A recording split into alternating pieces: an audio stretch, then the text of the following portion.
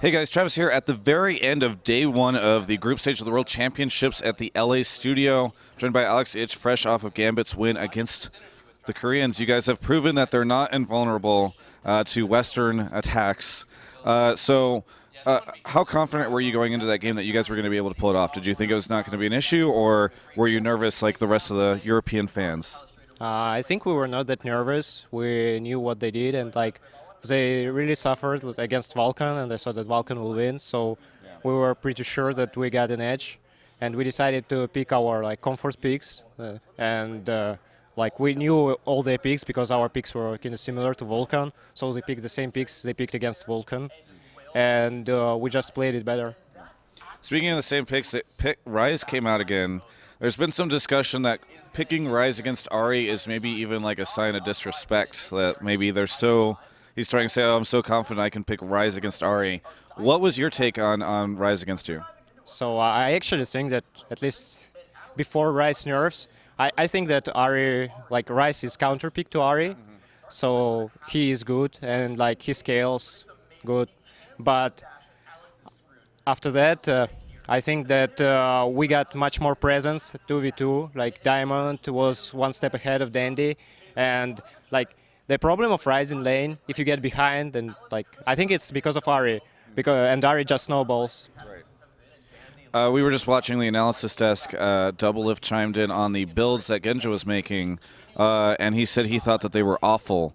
I'm curious what your thoughts are on Doublelift's analysis of Genja's builds. So actually, Genja discussed his build with Reckless, and Reckless is building the same Trinity Force on every AD carry, because Trinity Force is really OP at the moment. It gives too much for any AD carry, and the only problem is that AD carry like Caitlyn, Trinity Force I think only bad for that AD carry. That's why Genja building it on every AD, because you get the passive that is 2x your damage, and you get the move speed, so even you can outrun even Singed with the red buff, so it's really good. So Doublelift said it was trash. Do you think that Doublelift will be running it soon? I think that the Doublelift said that Regals was trash when Genja was building it, so we'll see. We'll see.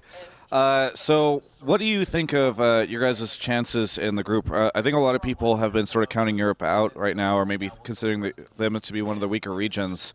And then, of course, Fnatic had a really rough game earlier against Vulcan. So what do you think of Europe's chances, including yourself? So we're Scrimming a lot against Chinese teams and against OMG, and I think that they brought a lot to our team play and game overall. We changed a bit about our game, so I think that we're pretty confident against the teams. But I'm not, the only team we're not sure against, I think, Fnatic, because it's Fnatic is really good against us, and they're playing really good, and they do a lot of random things, so it's they can stomp or they can lose. So, but I think that we should win other teams. So you think Fnatic? Are you saying Fnatic is the only team that you're kind of nervous about in your groups? I think we're not that nervous, but I think that if they play good, they can be really tough. So you consider them to be the only major threat? You would say they're your biggest challenger? I think them and Ozone. Okay. Actually, I think that Ozone will come with even more crazy strategies, and because they thought that this will work, but after this is not working, they will change something, and that can be really scary. So.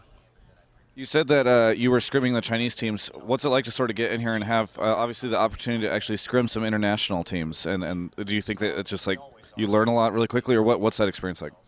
I think that playing against Chinese is learning really a lot and really fast, because they play different League of Legends, and the thing was Koreans that's why I think that they won SK Telecom, because they do the things that you don't expect. Their aggression is much more than Korean even, and if you can't handle their aggression, then you will get crushed. So it's the games won't last long, so we were winning, losing, and it was really fast. So we could go a lot of scrims. So if you had to make a prediction on which two teams would make it out of the groups, or your group, what would you say? I would say Ozone and we. Ozone, you guys. Okay, very good. You have anything you want to say at the end of your interview? Any shots, anything to the fans, anything like that? I want to thank all our fans that are here in the studio. I want to thank all our fans all over the world. And I want to thank our sponsors, BenQ, Still Serious, Pringles, and Twitch for helping us and for bringing us here. Thank you, everyone. Congratulations on your win. Looking forward to seeing you guys play throughout the rest of the week. For everyone, this is Travis at the end of day 1 of World Championships. It's been a long day, so I'm going to go home and rest up because we've got a lot of really cool stuff happening throughout the rest of the week. Lots of good games. Stay tuned for that. Interviews and coverage of all that at GameSpot.com/esports.